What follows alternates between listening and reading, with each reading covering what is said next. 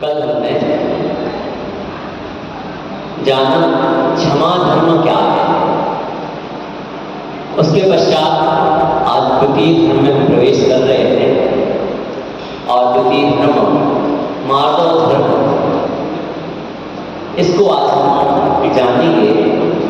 उसके पूर्व जो हमारा विषय से था उस विषय को आज हम कंटिन्यू करते हैं। कल हमने समझा कि किस प्रकार से आदिनाथ भगवान ने किन वर्णों की स्थापना की, किस प्रकार से भरत चक्रवर्ती ने ब्राह्मण वर्ण की स्थापना की और किस प्रकार से पुनः जब आदिनाथ को केवल अज्ञान हो गया तो उन्होंने भरत चक्रवर्ती के समाधान में उस वर्ण को धर्म रूप परिणमने की बात कही। अब हमने महावीर तक जान लिया किस प्रकार कहीं बीच में विच्छेद हुआ, पुनः काल प्रभाव से पुनः तीर्थंकर के जन्मने के पश्चात पुनः धर्म प्रकाश में आया।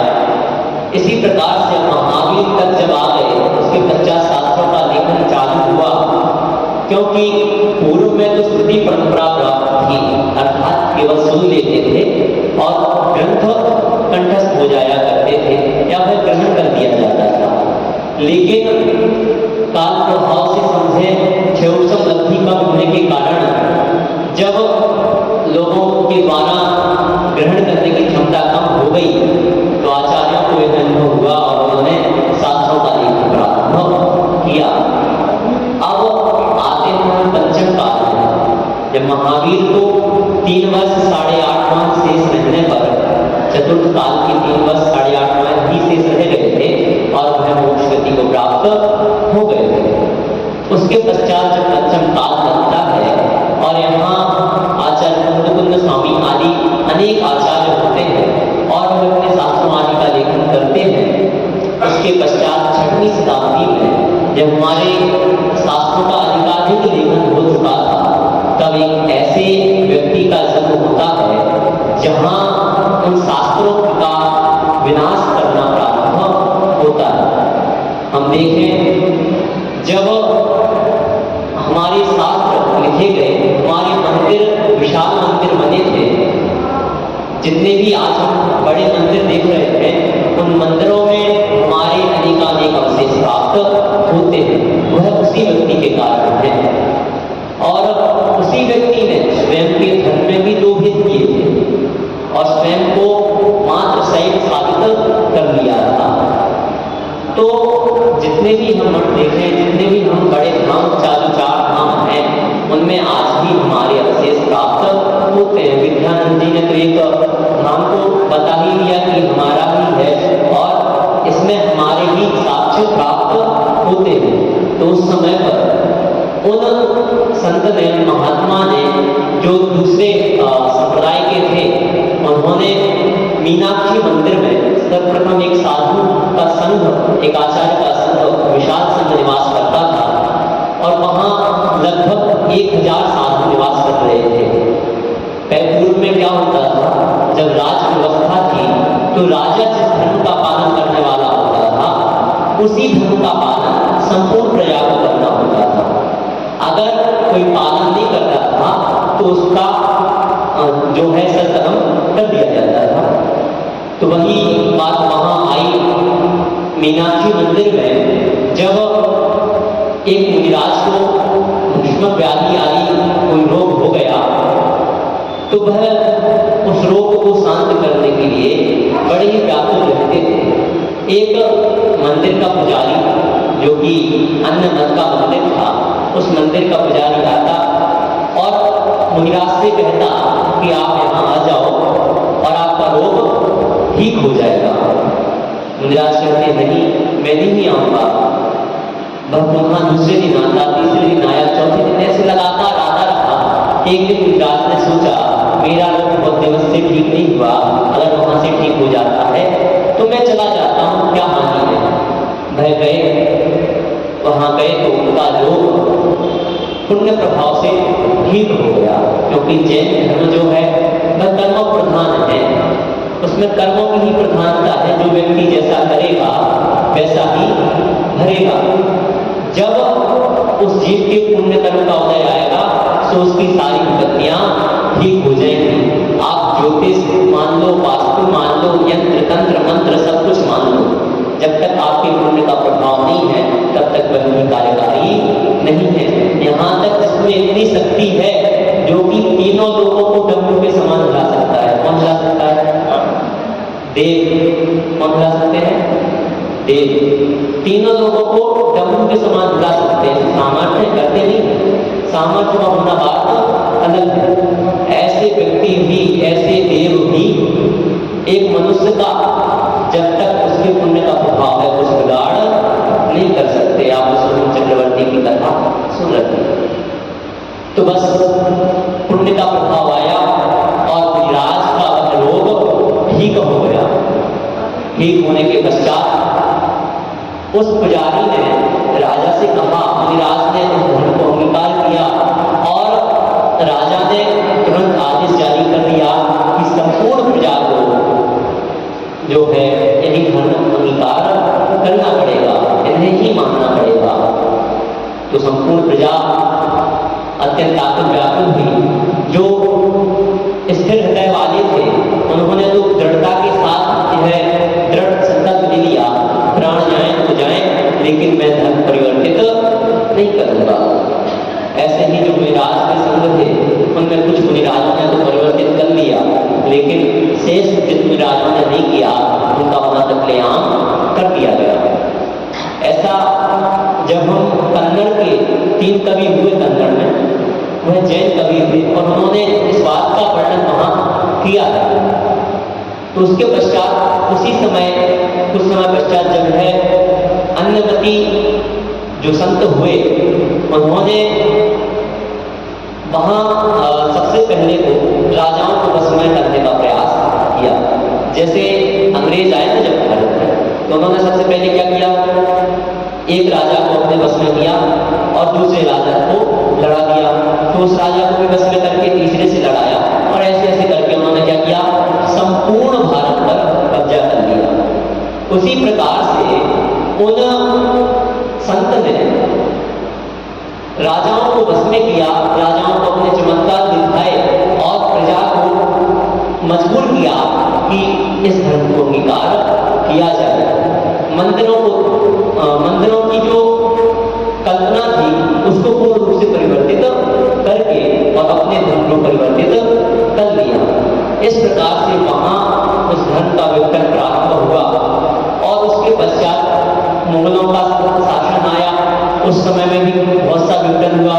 उसके पश्चात अंग्रेजों का काल आया। अंग्रेज भर भर करके हमारे शासनों को लेकर के गए और ऐसे ऐसे समय में आचार्यों ने कहीं छोटे गेट बना दिए जाते थे जिससे राजा आदि प्रवेश न कर पाए। आपने देखा होगा प्राचीन मंदिरों की सुरक्षा के लिए गेटों को छोटा बना दिया जाता था, क्योंकि राजा आदि झुकने में अपनी मान की हानि मानते थे, इसलिए वह झुकते नहीं थे तो गेटों को छोटा कर देते थे कि अंदर ही काम है, तो गेटों को छोटा कर देते थे। जब मुगल काल आया तो गुंबद बनाने लगे जिससे सामने वाले को लगे कि हमारे ही धर्म का है या हमारा ही कोई पूजन स्थल है। इसी प्रकार से जब कुछ ऐसे आदताई आए जो मूर्ति पूजक नहीं थे, मूर्ति के बिल्कुल विरोध में थे, तब शास्त्रों को आगे रख दिया गया और पीछे मूर्तियों को रख दिया गया। तो इस प्रकार के अनेक समय हमें देखने को प्राप्त हुए और फिर भी उसके पश्चात भी आज हमारे पास अनेक ग्रंथ उपलब्ध हैं, अनेक शास्त्र उपलब्ध हैं। आज हम देखते हैं गंधहस्ती महाभाष्य जैसे ग्रंथ का नाम हमें सुनने में आता है और पता भी था कि वह जर्मनी की किसी लाइब्रेरी में रखा हुआ है, लेकिन हम उसे उठा नहीं पाए और धीरे से वहाँ गवर्नमेंट ने उस ग्रंथ को उस लाइब्रेरी से भी विलुप्त कर दिया अर्थात छिपा दिया। तो वह भी ग्रंथ आज हमें देखने को नहीं मिलता, क्योंकि है लेकिन हमारे लिए अभी प्राप्त नहीं है। आचार्य कुंद के 84 पावनों का वर्णन किया आचार्यों ने। पश्चातवर्ती जो आचार्य हुए उन्होंने कहा कि आचार्य कुंद स्वामी ने 84 पावनों की रचना की, जिनमें से आज केवल 49 पाहुन ही देखने को प्राप्त होते हैं। 49 पाहुन भी जैसे जैसे खोजबीन करके आज में प्राप्त हो पाए हैं। तो इस प्रकार के अनेक अनेक विघटन आए, अनेक सब कुछ आए, और उस समय में आचार्यों ने अपने मान को पीछे रखते हुए यहाँ मान धर्म से जोड़ लेते हैं। क्यों? क्योंकि आज मानव धर्म का दिन है, और आचार्यों ने क्या किया, वहां किसी प्रकार का मान नहीं किया, किसी प्रकार का संकोच उन्होंने नहीं किया कि हमारे लिए इस प्रकार का कार्य करना है। हम उन्होंने किसी प्रकार की बात को नहीं सोचा। कब मूर्तियों को नीचे तलघर में जाकर के रख दिया, कब शास्त्रों को बचाने के लिए शास्त्रों को बचाने के लिए तलघर में पेटियों में बंद कर करके रख दिया। पहले जमीन में जो है, जैसे धान्य की रक्षा करने के लिए जमीन में ही, आपने वो तो देखे ही होंगे, उसी प्रकार से शास्त्रों को भी जमीन में रख दिया जाता था। तो इस प्रकार से अनेकानेक कार्य आचार्यों ने वहां आज हमारी पीढ़ी तक पहुंचे, इसलिए वह कार्य किए। अब हमारा क्या कर्तव्य है? हमारा कर्तव्य मात्र इतना है कि अभी हमारा बेटा छोटा है। क्या है? अभी हमारा बेटा क्या है? छोटा है।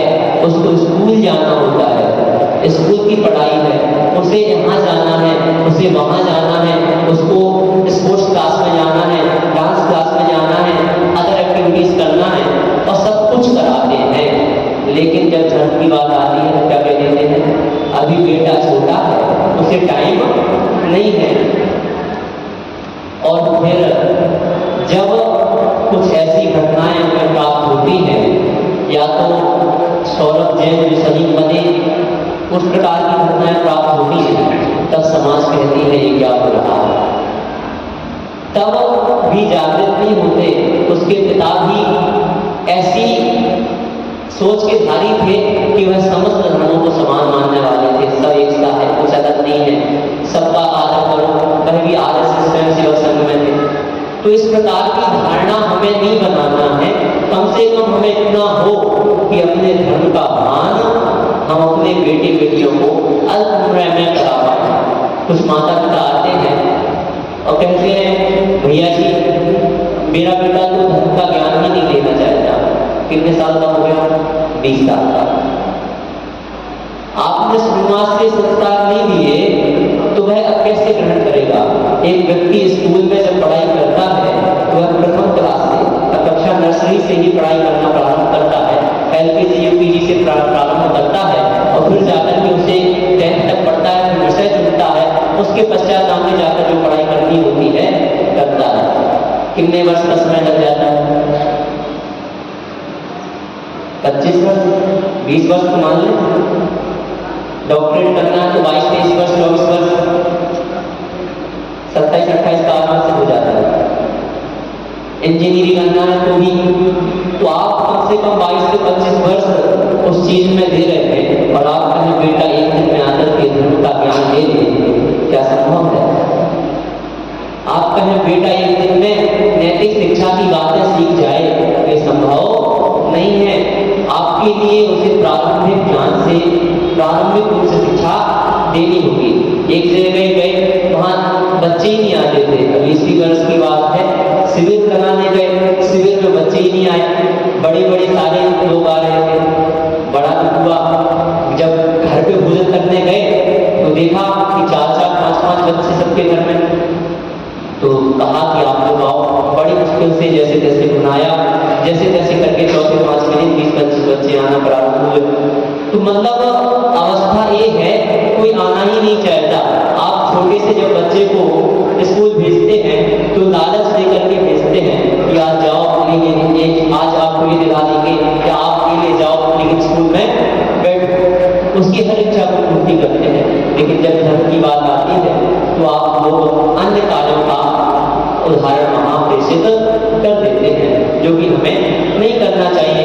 क्योंकि हम आगे आने वाली पीढ़ी को शास्त्र को उठा करके दे सकते हैं, मंदिर को दे सकते हैं, लेकिन उसे पूजक नहीं बना सकते।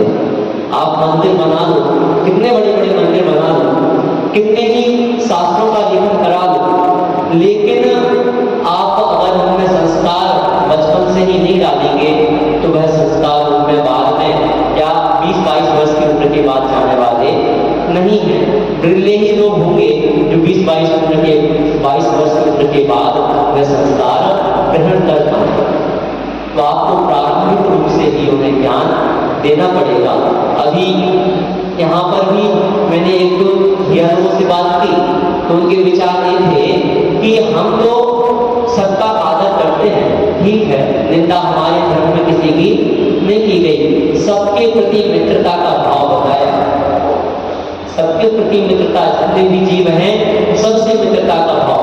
आप तो पंचेंद्रिय जीवों की बात करते हैं, यहाँ तो एक इंद्रिय जीव से लेकर के पंचेंद्रिय तक के समस्त जीवों के प्रति मित्रता का भाव रखना, ऐसा हमारे शास्त्रों में उल्लेख है। प्रेम भाव हो सब जीवों में, सद्वेष मैत्री, इस प्रकार की वार्ता हमारे शास्त्रों में है।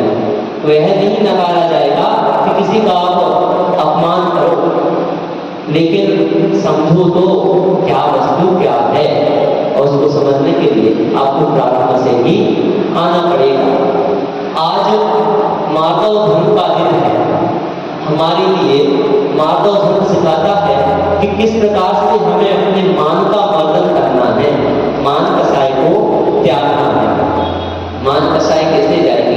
उन्हीं आचार्यों को देखें, जिन आचार्यों ने शास्त्रों का लेखन किया और अपना नाम तक वहां नहीं लिखा, उन आचार्यों को देखें जो अपने आप को अल्पश्रद्धाधारी कह रहे हैं, अल्पश्रद्धम तद्वतां परिभाषितम्। उन आचार्यों को देखें जो अनेकानेक उपवासों में निरत हैं, फिर भी अपने उपवासों का बखान नहीं करते। अरे आज तो एक मंदिर बनता है, यहाँ तक कि प्रशस्तियां चेंज हो जाती हैं। जो प्रशस्तियां पूर्व की प्राचीन लिखी हुई प्रशस्तियां हैं, वह प्रशस्तियां परिवर्तित कर दी जाती हैं, मात्र किसके कारण? नाम के कारण। तो बस हमें यहाँ बचना है कि हमारा नाम जहाँ हो रहा है वह स्वयं होगा। आप यह मत सोचना कि जब आप नाम करोगे तभी नाम होगा। जब आपकी ऐसा कीर्ति कर्म का उदय होगा तो आपके स्वयं नाम होगा। आप चाहेंगे भी नहीं तो भी आपका नाम स्वयं होता जाएगा। और आप चाहेंगे भी कि मेरा नाम हो और ऐसा कीर्ति नाम कर्म का उदय है तो आपके ऐसे ही होगा। अनेक व्यक्ति ऐसे आपको देखने में मिलेंगे जिन्होंने वर्तमान में तो बहुत धर्मकार किए, खूब एकांत उपवास करते हैं, लेकिन फिर भी उनकी प्रतिष्ठा नहीं बन पाती है। एक तो उदाहरण यहाँ तक आया, पूज्य सुधासागर जी ने एक बार स्वयं का संस्मरण सुनाया कि वह एक बार जेल में प्रवचन करने गए। एक कैदी ने उनसे प्रश्न पूछा कि महाराज जी, हमने किसी का भी कत्ल नहीं किया, किसी को मारा नहीं, फिर भी हम इस प्रकार के जुल्म में यह सजा काट रहे हैं। उन्होंने कहा कि उनको कुछ सामने नजर आया, आंखों के सामने। उन्होंने कहा कभी क्या तुमने पक्षी आदि को कभी बंधक बनाया है? तो कहा हाँ, उस समय मैंने कार्य किया था। तो किस कर्म का उदय कब आ जाए इसका कोई भरोसा नहीं है। आप शुरुआत से देख लो, कोई भी चाहे मान करने वाले व्यक्ति रहे हो, चाहे किसी भी प्रकार के कर्म को करने वाले व्यक्ति रहे हो, उन्होंने किया थोड़ा सा है और पाया अधिक है। यहाँ तक आदिनाथ भी रहे तो उन्होंने मात्र उपदेश दिया, सीता बांध कर दिखाया और 6 महीने तक उन्हें आहार प्राप्त नहीं हुई, उनकी विधि नहीं मिली। वैद के मुख में मात्र सीता बांधा था और उस कर्म के प्रभाव से 6 महीने तक आहार नहीं हुए। तो कार्य क्या है? कारण यही है कि हम क्या चाह रहे हैं कि जो हम चाहें वह हो जाए, और करें कितना? करें थोड़ा, मिले बहुत, बस यही कार्य खराब हो जाता है। आज यदि हम कोई सोचने लग जाए, कोई विराज सोचे कि हम आचार्य विद्यासागर जी जैसी प्रसिद्धि पा जाए, तो उनके लिए वैसा तप प्रारंभ से ही करना पड़ेगा। ऐसा नहीं है आचार्य विद्यासागर जी ने, आचार्य विद्यासागर जी के पास प्रारंभ से ही इतनी भीड़ आती है। अरे अनेकों बार तो उनके भी चौके लगने के लिए स्थान नहीं मिला। अनेकों बार जब धर्म प्रभाव से वह अजमेर आदि से उन्होंने व्यवहार किया तो अनेक स्थान ऐसे देखने मिले जहाँ चौका लगाने वाले लोग नहीं थे, धर्म का प्रचार वहाँ नहीं था। आप राजस्थान में आज जितना धर्म देखते हैं वहाँ पहले मिथ्यात्व फैल रहा था, और जब सुधा सागर जी आदि साधु वहाँ आए तब जाकर के वहाँ राजस्थान में आज इतना विशाल धर्म देखने को मिल रहा है। क्योंकि पूर्व में मंदिर तो बहुत थे लेकिन वहाँ पूजन करने वाले नहीं थे। अनेकों स्थानों पे जैसे सामान्य को ही देख लो, सामान्य में ही मात्र चमगादड़ होते रहते थे, लेकिन जब से उस मंदिर का निर्माण कार्य हुआ और अनेकानेक जहाँ जहाँ भी मंदिरों का जीर्णोद्धार कार्य हुआ, आज देखें पूजन करने वालों की लाइन लग रही है। तो हम सबसे पहले देखें, आज सबसे बड़ा पुण्य का प्रभाव जो आज हम आचार्य धर्म के युग में हैं, आज हम सुधा सागर जी के युग में हैं, आज हमारे लिए हजारों की संख्या में साधु संत देखने को मिल रहे हैं, हजारों की संख्या में आरिका माताएं, फिलिका माताएं देखने को मिल रही हैं। तो यह जो है धर्म का प्रभाव है। आज हम जितना हो सके ग्रहण कर लें, जितना हो सके उतना ग्रहण करें, नम्रता के साथ ग्रहण करें। आप यह मत देखें कि आपको ज्ञान कहाँ से प्राप्त हो रहा है। कल भी मैंने एक बात कही थी, मूर्ख व्यक्ति से भी हमें ज्ञान ले लेना चाहिए, है ना। मूर्ख व्यक्ति भी अगर है तो उससे भी ज्ञान ले लो। अगर मूर्ख व्यक्ति गड्ढे में जा रहा है तो हमें यह ज्ञान हो जाना चाहिए कि हमें गड्ढे में नहीं गिरना है। तो ज्ञान जहाँ से भी प्राप्त हो रहा है वहाँ से प्राप्त करो। लेकिन यहाँ मानव धर्म को धारण करने के लिए आचार्यों ने 4 प्रकार की विनय बताई। आचार्य उमा स्वामी जी लिखते हैं, ज्ञान दर्शन चारित्रोपचार, ज्ञान दर्शन चारित्र और उपचार, ये 4 प्रकार की विनय हैं।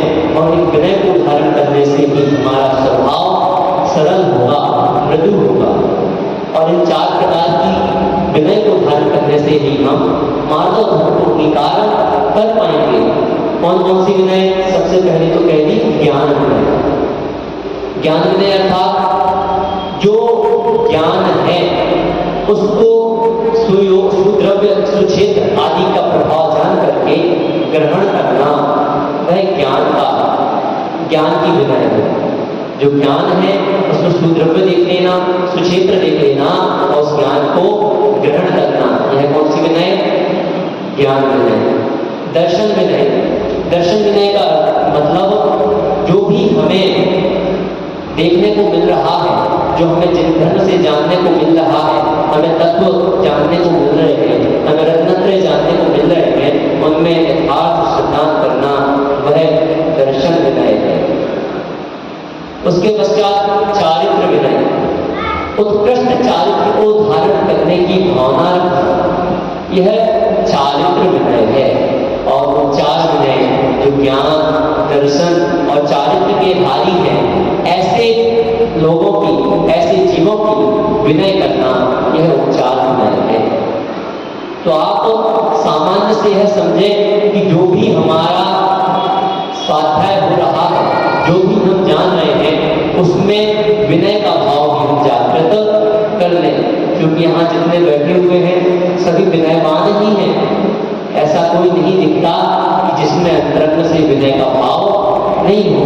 कदाचित मान का भाव रहता है तो बात अलग है, लेकिन हमें उस मान को भी त्याग करने का प्रयास करना है।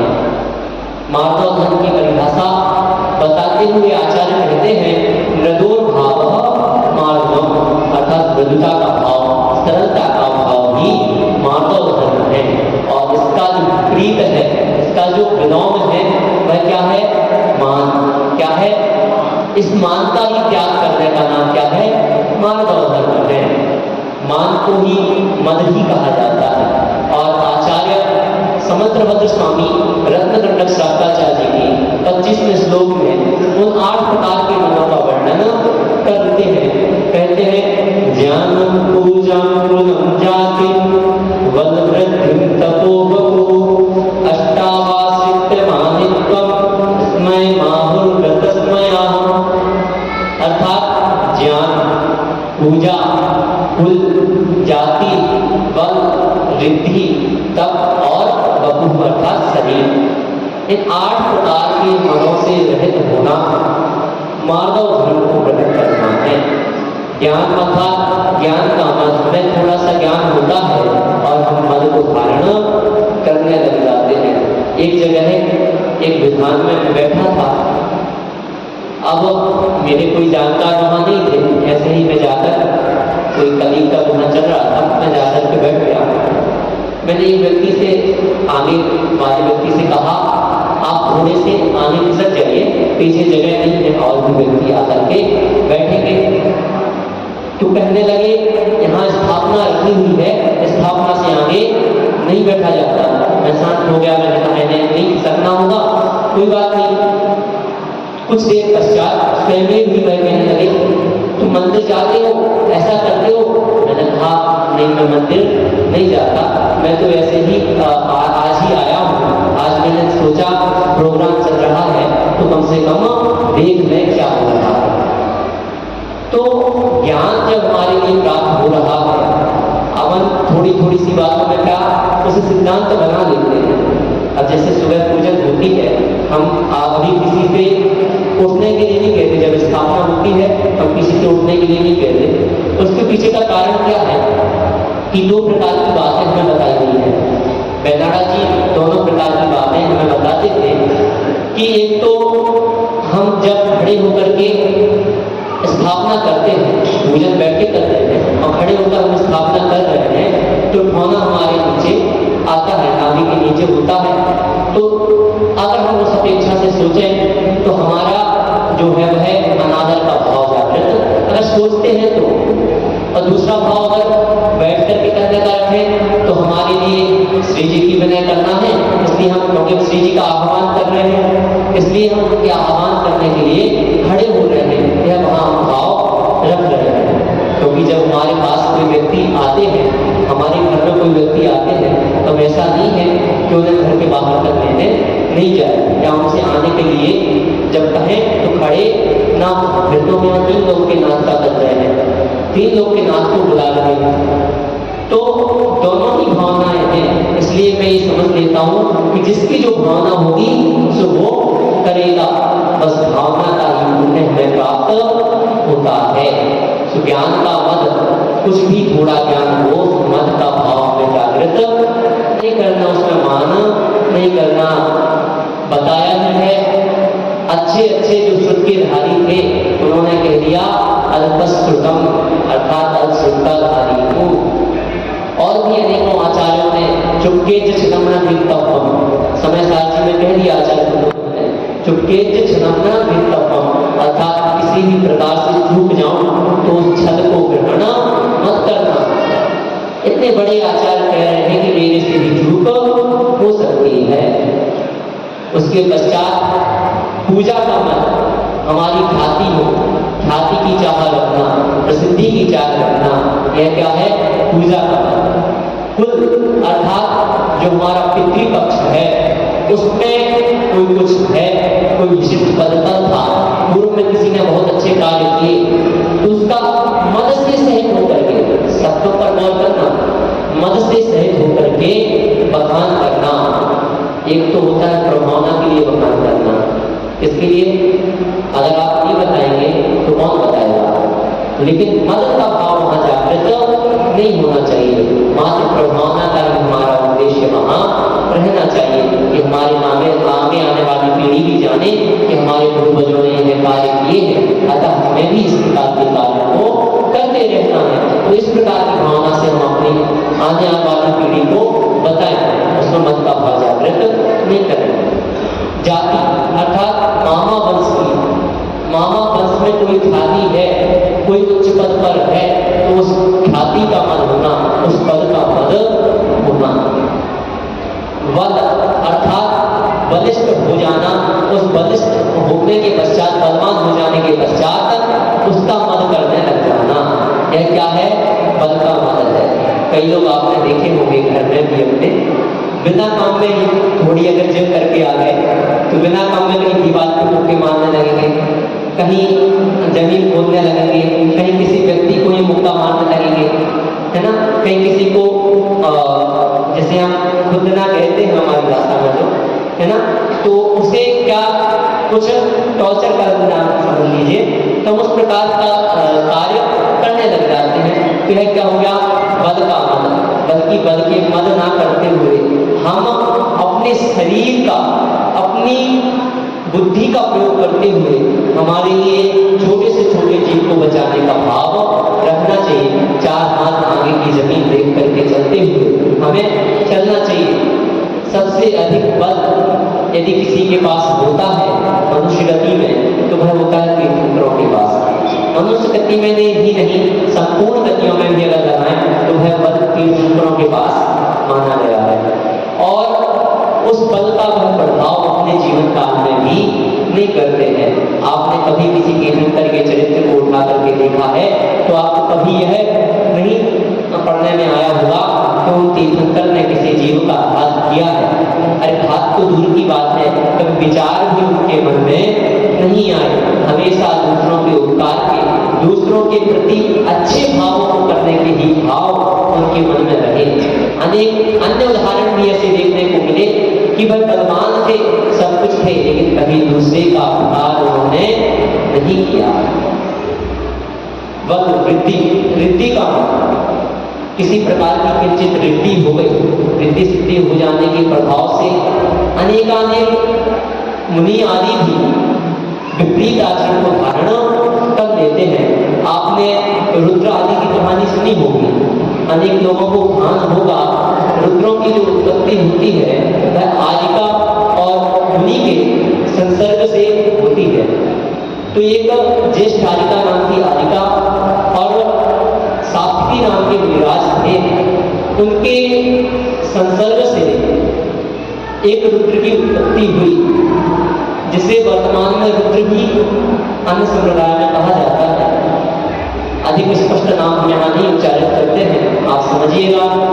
उसके पश्चात जब उत्पत्ति हुई और वह जो रुद्र होते हैं वह नियम से मुनि ही बनते हैं। वह मुनि बने, धीरे धीरे बड़े हुए। उन आचार्य ने, अनारिका माता जी ने तो पुनः प्रायश्चित लेकर के और वहां जाकर दीक्षा ग्रहण कर ली और अपने चारित्र को धारण कर लिया, अपने चारित्र का पालन करने लगे।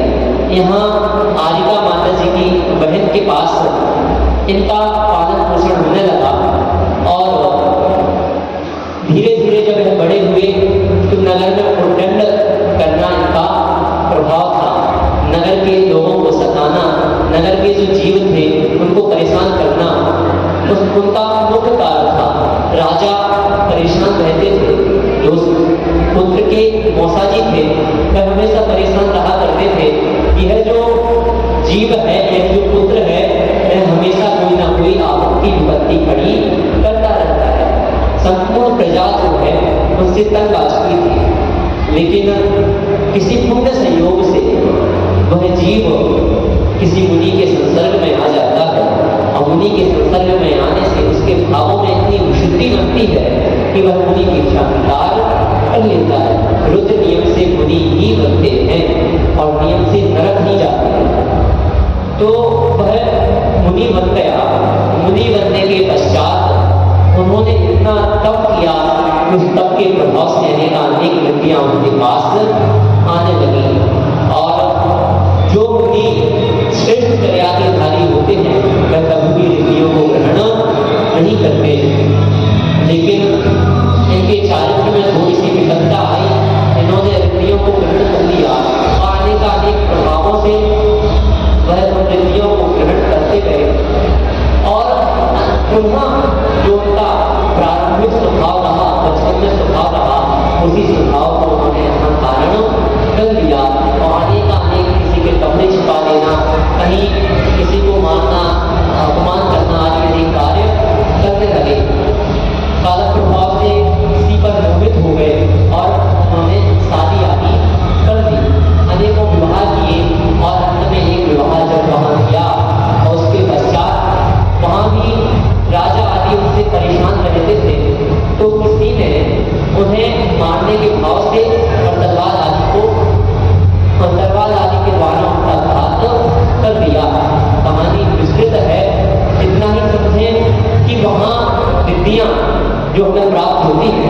रिद्धि के मन के विषय में हमें कहानी बता रहे हैं। तो रिद्धियां जब हमें प्राप्त होती हैं तो उनका मद हमें नहीं करना चाहिए, क्योंकि उनके मद को ग्रहण करने से अच्छे अच्छे चारित्र के धारी भी विकल हो जाते हैं। तो हमारे लिए भी यह आवश्यक रूप से ध्यान रखना है, हमें कोई सिद्धि हो जाए, कुछ हो जाए तो उसका कभी मद नहीं करना। इसके पश्चात तप अर्थात तप का मद। किसी ने हमने एक उपवास किया, 2 उपवास किए, 3 उपवास कर लिए, कभी 10 दक्षिण के 10 उपवास भी कर लिए। ये किस लिए थे? हमारी पुण्यता वर्धन हो, हमारे पुण्य में वृद्धि हो, जो भी हमने पूर्व पाप किए हैं उनका क्षय हो। इस भावना से तो हमने उन व्रतों को अंगीकार किया था, उन धर्मों में उपवास किए थे, लेकिन उपवास करने के पश्चात क्या आ गया? मद आ गया। आपके उपवास का कोई प्रभाव नहीं रह गया। तो कभी भी आप तप आदि करो, उसका मद नहीं करो। बपू अर्थात शरीर का मद, कभी भी अपने शरीर का मद नहीं करना, अपने शरीर से ज्यादा आसक्ति नहीं रखना। यह क्या है? शरीर रूपी जो मद है वह, अगर आप शरीर से मद रखते हैं तो आप अन्य क्रियाकलापों में केवल अपने शरीर पर भी ध्यान देते रहेंगे। जो व्यक्ति ज्यादा शरीर के प्रति ही ध्यान आकर्षित किए रहते हैं, वह आप देखना कभी भी कहीं अपने बालों को संभालते रहेंगे, कहीं चश्मा संभालेंगे, कहीं कुछ संभालेंगे, अन्य प्रकारों से वह अपने शरीर को ही संभालने में लगे रहते हैं। तो हमें यह ध्यान अवश्य देना चाहिए कि हमें कभी भी अपने शरीर से आसक्त नहीं होना है।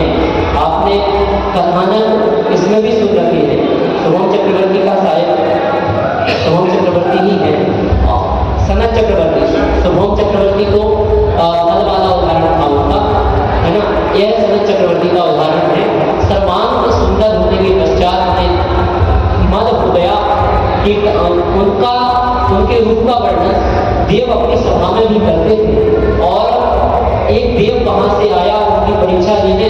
तो उन्होंने उस समय तो वह वज्रशाला में अपनी जो कसरत आदि करने का स्थान पूर्ण होते थे, वहां पर वह कसरत आदि कर रहे थे, व्यायाम आदि कर रहे थे, मिट्टी से सना हुआ उनका शरीर था। देव ने कहा, अहो क्या सुंदर शरीर है। यह बात उनके कानों में जब पड़ी तो उन्होंने उनसे कहा कि आप जो है अभी तो इस मलिन शरीर को देख रहे हैं, आपने मेरी सुंदरता देखी ही कहाँ है? जब मैं अब राज सिंहासन पर जाऊंगा तब आप मेरी सुंदरता को देखना। वह देव सोचता है जब यहाँ सुंदरता इतनी है, सिंहासन पर जब जाएंगे तो कितनी सुंदरता होगी। बड़ी ही हर्ष के साथ वह ठहरता है, और जब कुछ समय बाद वह सजा चक्रवर्ती वहां आते हैं, सिंहासन पर बैठते हैं, वह कहता है, उसके मन में उस शरीर के प्रति घृणा के भाव आ जाते हैं, और सामान्य रूप से जो घृणा करने पर वचन निकले उसको सुनकर शरण ने पूछा, आप ऐसा क्यों कह रहे हैं? तो वह कहते हैं कि आपका शरीर तो जो है कुष्ठ से सहित हो चुका है, कोढ़ से सहित हो चुका है। वह कहते हैं, कहाँ आपको कुष्ठ दिख रहा है? सर्वांग सुंदर तो हमारा शरीर है। तो वह कहते हैं, आप एक थाली मंगवाइए, उसमें जल आदि या कुछ ऐसी वस्तु मंगवाते हैं जिसमें रुकने आदि पर उनके वह जीवाणु आदि स्पष्ट रूप से दिखाई देते हैं। तो इस प्रकार की भावना हमें कभी नहीं रखना कि हम अपने शरीर का मद करने लगे, क्योंकि यह जो शरीर है इसके अंतरंग में केवल गंदगी ही छुपी हुई है, इसमें केवल मन ही भरा हुआ है और कुछ भी इसमें नहीं है। जिस प्रकार से कोई व्यक्ति गोबर पर चांदी का वर्क चढ़ा दे और किसी को दे दे, यह तो जो है बड़ी ही सुंदर मिठाई है, उसी प्रकार से इस शरीर पर भी यह वर्क चढ़ा हुआ है और कुछ भी नहीं है, जिसको भी देख करके हम अपने शरीर से लगाव करने लगते हैं। इसलिए हमें इसमें लगाव नहीं करना, क्योंकि जब लगाव होता है तो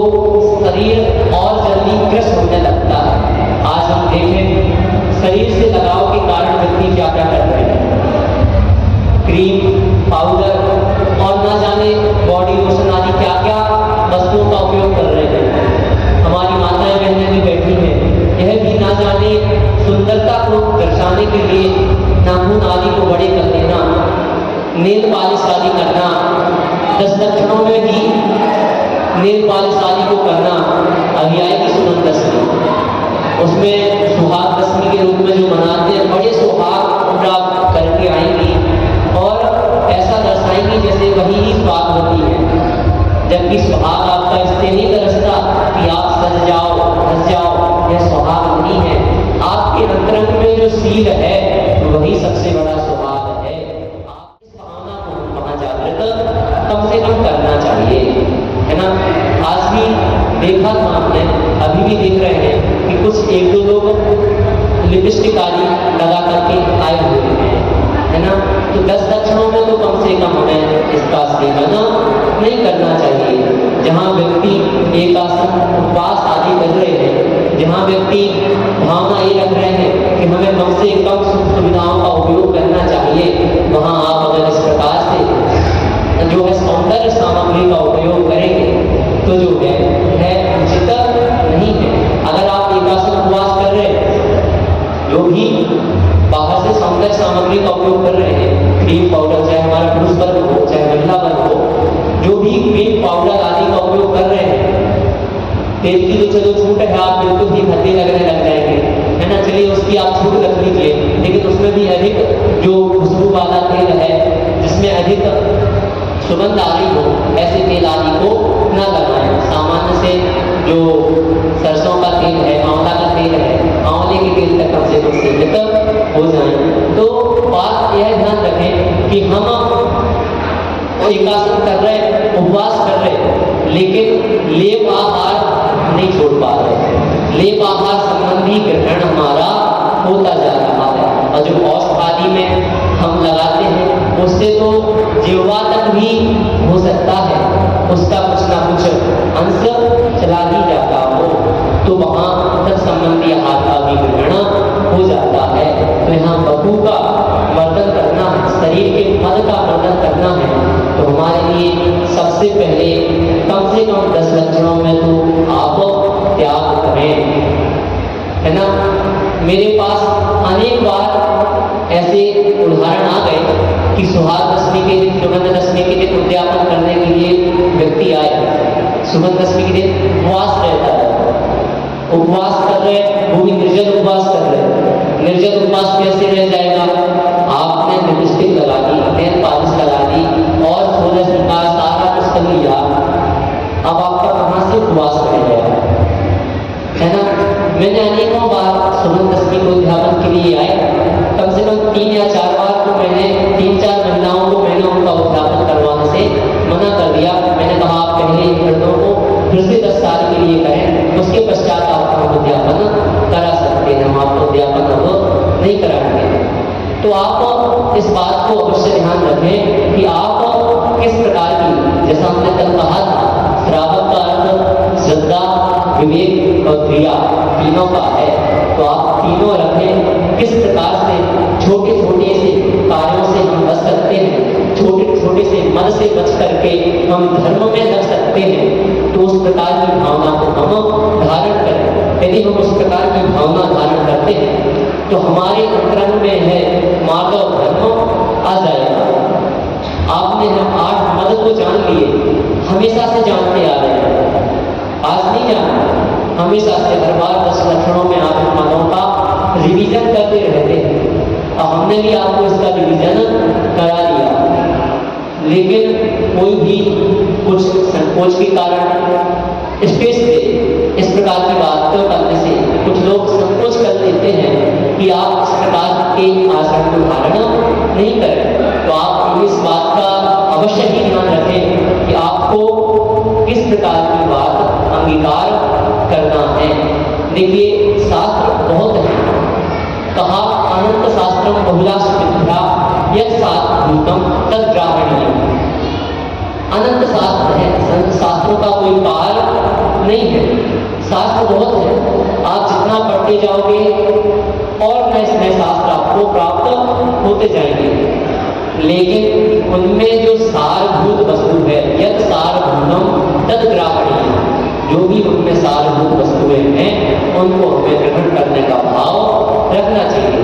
अगर हमने उन्हीं सार वस्तुओं को ग्रहण कर लिया तो हमारा जीवन धन्य हो जाएगा। हमारे लिए कुछ नहीं चाहिए धर्म को अंगीकार करने के लिए। एक चोर भी धर्म में आकर के अपना उद्धार कर सकता है, कुछ ज्ञान नहीं, कुछ नहीं, बस दीक्षा ले ली और दीक्षा लेने के पश्चात श्रेष्ठ चारित्र को अंगीकार कर लिया, उस चारित्र में किसी प्रकार का दूषण ना होने पाए। ब्रह्मचर्य के दिन चर्चा आई कि किस प्रकार से ब्रह्मचर्य में पंच अधिचार बताए हैं, तो वहां एक अधिचार बता दिया, स्वशरीर संस्कार त्याग, अर्थात अपने शरीर के संस्कार का त्याग करना, अपने शरीर का संस्कार नहीं करना, यह जो है ब्रह्मचर्य व्रत का यह त्याग करना, तो क्या हुआ अतिचार, और नहीं करना त्याग करना, यह उसका महत्व हो गया। इस प्रकार की भावना को हम वहां धारण करें कि अगर हम ब्रह्मचर्य से रहना चाहते हैं, क्योंकि ब्रह्मचर्य से केवल मुनि नहीं रहते बल्कि श्रावक भी ब्रह्मचर्य से रहते हैं, एकदेश ब्रह्मचर्य का परिपालन करते हैं, तो किस प्रकार से हम श्रेष्ठता से धर्म को अंगीकार कर पाए, उस रूप में आचरण करने का प्रयास अवश्य करना चाहिए। क्योंकि हम जब प्रयास करते हैं तब जाकर के हम उस कार्य में सफल हो पाते हैं। यह आपको हमने आज प्रारंभ में ही बता दिया है कि अगर हम छोटे से शिक्षा लेंगे तब जाकर के हमें वह शिक्षा ग्रहण हो पाएगी। आप कहें सीधी ही वह शिक्षा हमारे अंतरंग में उतर जाए तो उतरने वाली नहीं है। किसी पहली दूसरी के बच्चे को बीए का सिलेबस ला के रख दो, बीकॉम का सिलेबस ला करके रख दो, बीएससी का सिलेबस ला करके रख दो, तो वह उसे समझ नहीं पाएगा। उसके लिए उसे प्रारंभ से ही समझना पड़ेगा, तभी जाकर के वह उस कला में निपुण हो पाएगा। तो हमें यहाँ पर भी यही देखना है कि अगर हमें धर्म को अंगीकार करना है तो प्रारंभ से अंगीकार करना पड़ेगा। प्रारंभ में जो छोटी छोटी बातें हैं उनको देखना पड़ेगा। अगर उन चीजों को हम देखते हैं तब जाकर के हम श्रेष्ठ बन सकते हैं। शरीर के मन के कारण और भी, यहाँ तो हमने केवल अभी महिला वर्ग की बात कर दी, पुरुष वर्ग पे आए नहीं थे। पुरुष वर्ग में जैसे हम लोग जिमाली का ट्रेंड बहुत है, शरीर को हष्ट पुष्ट करने का ट्रेंड बहुत है। शरीर हमारा सिक्स पैक्स एब्स दिखने चाहिए, तभी जाकर के हमारा शरीर कुछ कहलाने योग्य है, नहीं तो हम कुछ नहीं। अब क्योंकि सिक्स पैक एब वाले कुछ ही लोग यहाँ बैठे हुए हैं, क्योंकि जो भी यहाँ लोग बैठे हैं प्रयोजन सुनने, वह पुरानी एज के बैठे हैं, उनके समय में ये सारी चीजें नहीं थी, है ना। क्योंकि होते थे उस समय में भी, ऐसा नहीं है, उस समय में भी आज से अधिक व्यायाम होते थे व्यायामशालाओं में, और जो अखाड़े आदि होते थे उनमें आप लोगों में से बहुत लोग गए होंगे और उनमें अनेक प्रकार का आप लोगों ने व्यायाम किया होगा। लेकिन आज जल्दी से शरीर को विकसित करने के लिए अनेक प्रकार की दवाइयों का, कहीं बॉर्नवीटा, कहीं ये कहीं वो, माताएं छोटे से ही देने लगती है ना, जबकि उसमें कुछ नहीं होता, कुछ भी नहीं होता। आप YouTube पर भी अनेक लोगों को सुनते होंगे। आपने राजीव दीक्षित को सुना होगा, किस किसने सुना? संख्या कम है, सब लोग सुनना। राजीव दीक्षित जी जो भी तथ्य प्रेषित करते हैं, बहुत सुंदर तथ्य प्रेषित करते हैं, और उनसे उनकी आप YouTube पर वीडियो आदि देखना, बस हर चीज का एक प्रेफरेंस के साथ सारा कुछ निचोड़ बताते हैं। आप चाहे बॉर्नवीटा पे देख लो, हॉर्लिक्स पे देख लो, या कोई भी ब्यूटी प्रोडक्ट्स पे देख लो, कॉलगेट आदि पे देख लो। आज आप दांतों को साफ रखने के लिए क्या क्या करते हैं। आज दिखावे का जमाना है। किसका जमाना है? दिखावे का जमाना है। जो भी एडवर्टाइज होगी हम उसको ग्रहण कर लेते हैं, जबकि हमारे पुराने लोगों के क्या दांत स्वस्थ नहीं रहते थे, क्या उनके मसूड़े कमजोर होते थे, बल्कि हमसे अधिक मजबूत होते थे। लेकिन आज हम उन एडवर्टाइजमेंट के प्रभाव में आकर के मंजन आदि जो ग्रहण कर लेते हैं, कॉलगेट आदि, जबकि अनेकों एडवर्टाइजमेंट में वह स्वयं कहते हैं क्या आपके टूथपेस्ट में नमक है? क्या कहते हैं? क्या कहते हैं? कहते हैं ना। और हम सुनते भी हैं लेकिन हम उस चीज पर गौर नहीं कर पाते। जब नमक से ही दांत ठीक रहते हैं तो चौन्नी का नमक लेकर के बढ़िया दांत में रगड़ लो, कितने अच्छे दांत हो जाएंगे। क्या करना उस टूथपेस्ट का? 20-30 रुपए के टूथपेस्ट डालते हैं, 60-70 ग्राम। 10 रुपए का एक किलो नमक ले आओ, बढ़िया आयोडीन, क्योंकि वो नमक भी उचित नहीं है, लेकिन बढ़िया आप नमक ले आओ, या घर का पिसा हुआ जो करते हैं तो घर पर पीस करके बढ़िया मंजन कर लो। क्या आपको करना? सामने वह व्यक्ति स्वयं कह रहा है कि मेरे टूथपेस्ट में नमक है, इसमें नींबू है, इसमें नीम है, और फिर भी हम क्या है उस चीज को खरीद करके, जो कि महीने 2 महीने पुरानी रखी रहती है, अनेक बैक्टीरिया हैं, अनेक केमिकल उनमें मिलाए जा रहे हैं, फिर भी हम उनको करने का श्रम कर रहे हैं। राजीव दीक्षित जैसे लोगों को मूर्ख कहते हैं, मैं नहीं कह रहा है ना। तो हमें इस बात को स्वयं जागृत करना हो। मैंने 3-3.5 साल से ब्रश नहीं लगाया था, जबकि मेरे दांत बहुत ठीक रहे थे, बहुत सफेद दांत जो कहें वैसे रहते। मैंने बाजार का मंजिल करना छोड़ दिया था से जब कोरोना आया था। उसके पूर्व में जो हमारा समय साल शिविर लगा भुजपुरी मोहम्मद सिराज सागर जी के पास, उस समय में हमने बहुत सारे नियम दिए थे, जैसे जीन्स का त्याग कर दिया और भी टूथपेस्ट आदि का त्याग कर दिया। तो अनेक चीज़ों का वहाँ त्याग किया था। उसमें एक त्याग ये था कि मेरा टूथपेस्ट का वहाँ त्याग हो गया था, ब्रश का त्याग हो गया था। मैं नमक लेता हूँ, जरूरत पड़ती है तो उसमें थोड़ा सा तेल या घी मिला लेता हूँ और मंजन कर लेता हूँ। उसमें ही मेरे दांत खूब उचित रूप से साफ रहते हैं। अभी 10 दिनों में मंजन भी नहीं करता, खुला भी नहीं करता, सीधे जाकर के थाली पे बैठ जाता हूँ। और आप देखना जो मंजन करने वाले हैं उनसे ज़्यादा साफ दांत निकलेंगे। आज आप मुनिराजों को देख लें, क्या वह किसी प्रकार का ब्रश लगा रहे हैं दांतों में, लेकिन हमसे साफ दांत उनके आज देखने को मिलते हैं।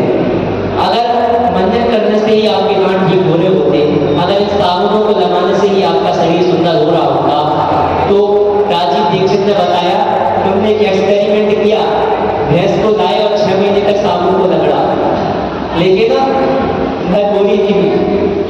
वह कहते हैं कि आप जिन ब्यूटी प्रोडक्ट्स का उपयोग कर रहे हैं उनको केवल एडवर्टाइजमेंट की होड़ में उपयोग करते जा रहे हैं और उसका कोई दूसरा उपाय नहीं है। आप जो देख रहे हैं बस उसका उपयोग कर रहे हैं, आप अपनी पुरानी जीवन शैली को भूल गए। वह कहते हैं दूधो नहाओ दूधो पलो, ऐसा आशीर्वाद हमारे बड़े बुजुर्ग दिया करते थे, है ना। क्या देते थे? लक्ष्य लगाओ दूधो पलो, है ना।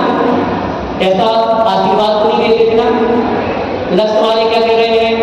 हम इसमें दूध का मिश्रण कर रहे हैं। तो वह कह रहे हैं कि जब दूध का ही मिश्रण आप कर रहे हो तो दूध से ही नहा दो।